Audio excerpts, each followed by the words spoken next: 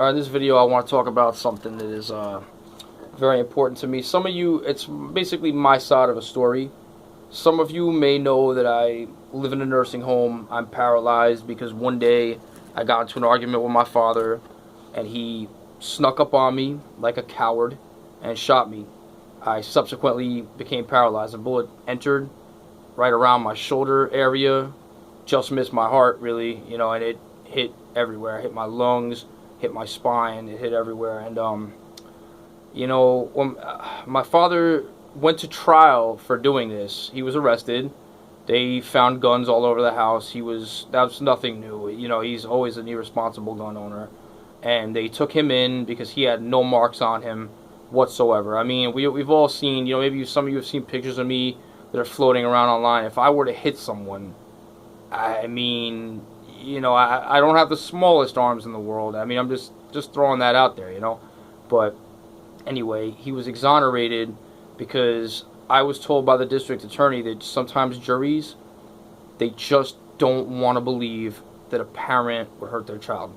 Like Casey Anthony, for example. They will believe the biggest, not the most nonsensical story before they would believe a parent would hurt a child. They just want to see innocence, okay?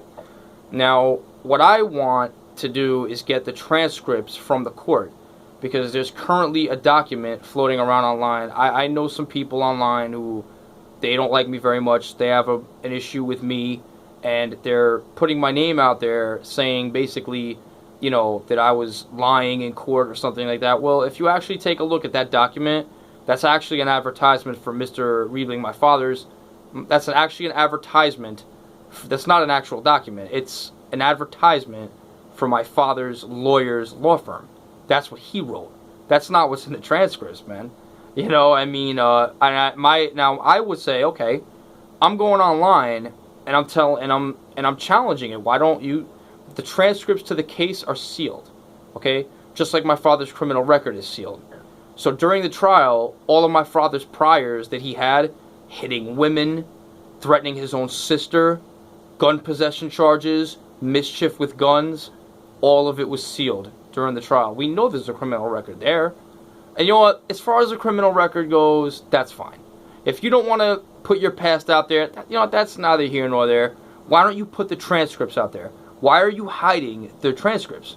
If I lied, and it turned out that I lied in court, and that's why you got off, why wouldn't you put it out there? Why wouldn't you say, there it is right there, there's the transcripts? That hiding it is not something innocent people do. Okay, that's just all there is to it. Now, during the trial, my father had said that, now first off, I want to bring up how, when I got shot, I had to call 911 on my own, because my mother was hysterical, okay? She claims that she called, but there's no record of it, okay? If she called, she must have done nothing but scream into the phone the whole time, and it didn't even register as a call, if she did. So, luckily, after I got shot, I had my phone in my pocket, and I was able to dial. During the trial, my father's lawyer actually postulated that I had my phone out, and that my father thought it was a gun, and that's why he shot me. And, just a real cycle of lies and just this nonsense. And, that's fine, because trust me, I know people. And they have a real, trust me, it's gonna, I'm not even gonna go, this is not that kind of video. I'm not even gonna go into that, but let's just say they have not heard the last of me. And there's some people I know that are very, very upset about that. So I'm just gonna leave it at that. That's fine, you know what? But I wanted to say how a lot of people, my father had priors. We know that they're there, and I actually have a document with me right now that I'm actually gonna. I'm not gonna take it out now. I'm not gonna look at it. But during the trial, my father also insisted that we had never fought. Okay, we never got into any kind of argument before, and all of a sudden we argued that day. And apparently, my father insisted I became so violent that he'd never seen me like that before, and that's why he was fearful for his life. Well, I have outstanding documentation that is as a lie. As a matter of fact, if you look within the court records themselves, it actually shows that my father perjured himself. because the district attorney brought up how cops were dispatched to my house years ago, and that doesn't seem like people who'd never fought before. You know what I mean? So there you go, right off. So there you go. He perjured himself, and that's why he won't release the transcripts. Okay, like I said, I'm calling him out. I'm putting his name out there. I have the same name as him. I'm putting his name will be forever tied to this. That he's a liar and a coward. Every police officer in my city knows what a coward he is. Okay, absolutely. I mean, I remember one time he was in his place of employment and he hit a woman. Well, he shoved a woman anyway. His excuse for doing so was that she was a lesbian. This is the type of guy who believes that African Americans are going to one day turn white because they're not evolved. This is the same type of person who, when I was in a supermarket with him at 7 years old, he was putting his items on, I guess, on the belt that, carries the items to the cashier.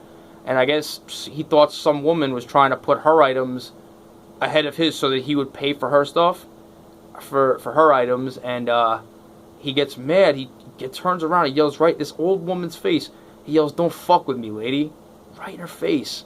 And so then her husband, a man who had to be at least 15 years older than my father at the time, he says to my father, "What's your problem, man? You got to calm down."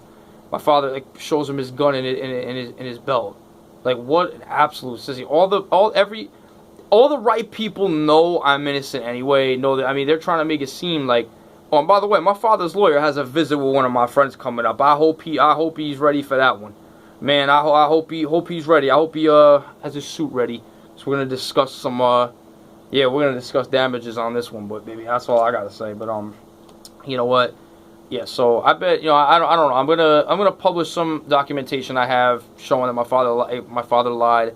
That's fine. But another thing that it's really the problem is that when I got shot, it was because my mother was getting in my father's face and antagonizing him, really, really pushing his buttons, trying to get him to do something. And I remember a few days before this happened, I told her, "Mom, you're really out of line. You're going to make him do something one day, okay? He's going to hurt you. Something's going to happen, okay?" And my father really was at the end of his rope because my mother was put him there. She's the type of person to roll her eyes in your face, make faces, and say things to get you just so angry. And then when you finally get angry, she tells you to calm down, like as if you did. And it's the kind of... So anyway, this is what had been going on for about 3 or 4 weeks before, I had been shot. And my mom, this one day, my father and I started... One day she started in with me because now she wanted to get me back. Okay, now she wanted... I had been telling her she was wrong for a couple of days. And my father and I were actually getting along. And I was telling her, "Ma, you're totally wrong in what you're doing." If you really want to know what it was about, there was this, my mother and my father frequent this park where they walk their dog, or they walk our dog, it's really my sister's dog, but for some reason we're what, you know what I mean? I don't know. It's somebody's dog, okay? Anyway, this dog walker came up to my dad and started talking to him. And I guess because she didn't sweat my mother and she didn't include my mother in the conversation, and I guess maybe she's trying to talk to my father because they're both talking about dogs. Like maybe my mother, maybe, Ma, believe it or not, I mean, the world doesn't revolve around you. Not everybody has to be cool with you. You know what I mean? The world doesn't revolve. I mean, not everybody has to gravitate to you and make you the one they talk to out of the two of you, okay? I mean, it can happen to other people sometimes. Okay, and so it got to a point where my father was talking to her whenever they would go, and they would come back. My mother would be livid, just yelling, screaming. Why is my father talking to this a younger dog walker? You know what I mean? She was like maybe a woman in her 40s, and so she's like, "Why are you talking to her?" And he's like, and my dad and my father and I would look at each other and say, "Well, Mom, what do you want him to do? Tell her fuck you?" I mean, and it was like a running joke in the house. Like I was like, "Mom, you're really acting in a way that it is laughable right now." Okay, and so anyway, my mother tried to get at me. She tried making me angry, and then she instigated us fighting. She just got us both to fight, and that's my mother. she'll start to get people to fight and get them to argue. And then when it finally comes to a head and something gets broken or someone gets hurt, now she wants to sit there and cry and make like, she's this victim of it all, victim of the world. And, and it's like, no, you engendered this. You made this happen. I don't know. I could psychoanalyze her. I could tell her how somehow this is a sexual release for her, but I'm not going to do that. This is not that kind of video. All right. Oh, that will come. Believe me. Now, it's really annoying. Now, I put out this video online that a lot of people thought it was wrong of me to do, but it's a video that essentially shows my mother daring me to hit her and getting in my face. All right. And I showed it. I put that out there just to show people, hey, look, this is what goes on. This corroborates my story, of what happened, all right? This shows it. This proves it, right? So, basically, it got to a point where, people saw it and they thought, that was it wasn't right. That was kind of mean to do to your mom. I'm like, well, I'm letting people know the truth. I told you what happened at the facility I'm at right now, all right? And, there was this woman who we were getting ready for bed. We were, there are times I'll be butt ass naked, all right? No clothes on whatsoever, and people will peek their head in here. And these nurses, they treat these doctors like they're rock stars, man. I mean, they don't, oh yeah, come on in. Like you don't, no. I tell them, no. You ask me if they could come in. Oh, this is my room. You ask me if they could come in, all right? And I let them know, and I let them know very respectfully, because that really annoys me, because when they do it over and over again. So finally, of course, I asked them very nicely. I said, sweetie, could you please ask me first? And then, within the next day, same thing. They do it again. Okay, it's fine, all right? So, it got to, I'm saying this a lot, it got to a point, yeah, because everything gets to a point, right? But once again, I'm with this other nurse of mine. I had to let her know one time in the past not to do that or whatever. And I actually had to tell her in a more firm way, all right? Because she wasn't listening. When someone doesn't listen, now I have to show a little more fervor, if you will, okay? So she came in, someone knocked on the door. It was my nursing coordinator, and she peeked her head in and left, okay? Now, women should know more than anybody, because you go to the gynecologist. Okay, you're there in the stirrups with your vag all out, being stretched all kinds of crazy ways. You should know better. You should know better, and understand and respect people's privacy and respect their dignity. You should know that. All right. Maybe I do expect more from a woman. Maybe I do. But this one woman, her name is Cecilia. I'm gonna be putting her last name online too, because she's not getting away with this. She comes on. She's my nursing coordinator. Knocks on the door. Cecilia, my nurse, my CNA. Let's call a spade a spade. A CNA opens the door, and she closes it. My nursing supervisor only looked in for 1 second. It wasn't a big deal. So I looked at Cecilia and I say, Cecilia, that's what's really I actually meant to tell her, it's not your fault. I meant to say, well, what can you do? You live in a facility like this. That happens sometimes. That's all I said. Just as perfunctory as I'm saying it to the camera right now. And all of a sudden, what are you talking about? I didn't even let her in. With a lot more attitude than that, So finally I tell her, I'm like, listen, I didn't say you did. I'm like, whoa, what's wrong? Why are you married? She's like, oh, just turn over, just do this. I'm like, now you're barking orders at me. Don't bark orders at me, okay? You need to calm down. And she's like, oh, Barry, you always want to tell people. I'm like, she says something like, you always want to be rude to people. And I'm like, well, name an example of when I was rude. Name an example. I hate that. You're always rude, but yet you can't name an example. You can't name one example, okay? Wow, that's real brilliant, Cecilia. That's a real future RN we have here. Yeah, you're 56. Not going to happen. But anyway, there's anything wrong with that, with being 56 and working an entry-level position. Nothing wrong with that. But anyway, I'm just saying though, probably not. This is not about insulting her. Let me stop. All right. But anyway, she's there telling me it's not a smart thing to do. Okay, to tell somebody you're always doing something and then not be able to name one example. So anyway, I told her, name an example. She couldn't do it. And then eventually I'm like, yeah, that's exactly what I thought. Exactly. And she was like, oh, you think you're going to have me fired too? Because I had had a woman fired. Not even my fault. She tried to get me in trouble. All I did was tell other people what really happened. And then I guess the strength of me, she got tossed out of here. She was like, oh, what, you think you're going to have me fired? And she took it to that level. And I said, I'll have you. I told her straight up. I said, yeah. I said, I think if you keep conducting yourself like this, I think I could have you tossed out of here. So she goes, oh, you see, it's your mouth, and that's why this happened to you, because of your mouth. Now that to me, let me tell you what, okay? I really, if I made a phone call right now, hold on one second. Huh, that's my nursing coordinator just showed up right now. That's amazing. Anyway, so this nurse, this CNA is mad that I got that other woman fired. Like what? Just for standing up for myself, for not letting someone dominate me and disrespect me, just being a human being. I deserve to be shot just for standing up for myself. And you know the thing that really disgusts me the most? To this woman, Mike Brown is innocent, Alton Sterling is innocent, Tamir Rice is completely innocent.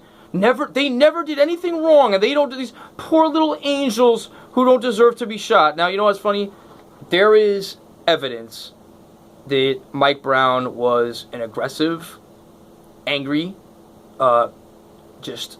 I mean, what other words can you use other than aggressive, angry, irascible, insolent, impertinent? I mean, you could name any. I mean, that's pretty much any one of those words. Basically, a bully. All right. A bully who didn't know how to keep his hands to himself. And there is video evidence that shows that. And people see this video evidence, and then, of that, and they don't acknowledge it. You know what I mean? They just say, oh no, Mike Brown had his hands up, he was a good kid. And they won't acknowledge what the video shows, right? But then, and I just think that that's amazing how you look at the video that I show that shows my mother daring me to hit her, and proving that my story is correct, and you choose to disregard the facts and see things. Why is it for Mike Brown, you look at him like he's innocent, like you look at Alton Sterling and you look at what he did in the video, and Alton Sterling and Mike Brown, they're innocent. They didn't deserve to get shot, but yet I show you video evidence of something that helps me, and you won't acknowledge that. Like, why is it that, why is it that you look at evidence that is shown, that shows Mike Brown and Alton Sterling were bad people, all right? They did bad things, all right? And yet I show you evidence of someone else doing something bad to me, and you won't acknowledge it. Like, why? Some people, all the right people know anyway, but it just really makes me wonder, like, why is it that you get to see video evidence, of showing you that someone's a bad person, and you won't acknowledge it? Then I show you evidence of someone else being a bad person to me, and you look at me like I'm the bad person. That's unbelievable, man. You're idiots, you know that? You're absolute idiots. All the right people, all the powerful people in the world know I'm telling the truth anyway, and they're on my side. So I really don't care. This is just me just finalizing things and putting it out there. Like, let me give you another example, all right? Like, that's disgusting to me how Mike Brown, Alton Sterling, two scumbags, they're these innocent angels despite video evidence, and yet I show you video evidence of me being wrong, and you won't acknowledge that. That's unbelievable to me. Unbelievable. Like, the ignorance of people. And you know what? I have a friend who, he had trouble with his housing, alright? This video might cut off, so if it does, I'll just make a part 2. My friend had trouble with his housing, okay? And I reached into my pocket to help him. Maybe within the couple of months time period after that, he started making fun of me. He started saying, oh, Barry, you live at home with your parents, and, he's like, yeah, you got a man take risks and do this and do that. And meanwhile, I'm thinking to myself, excuse me, did you not accept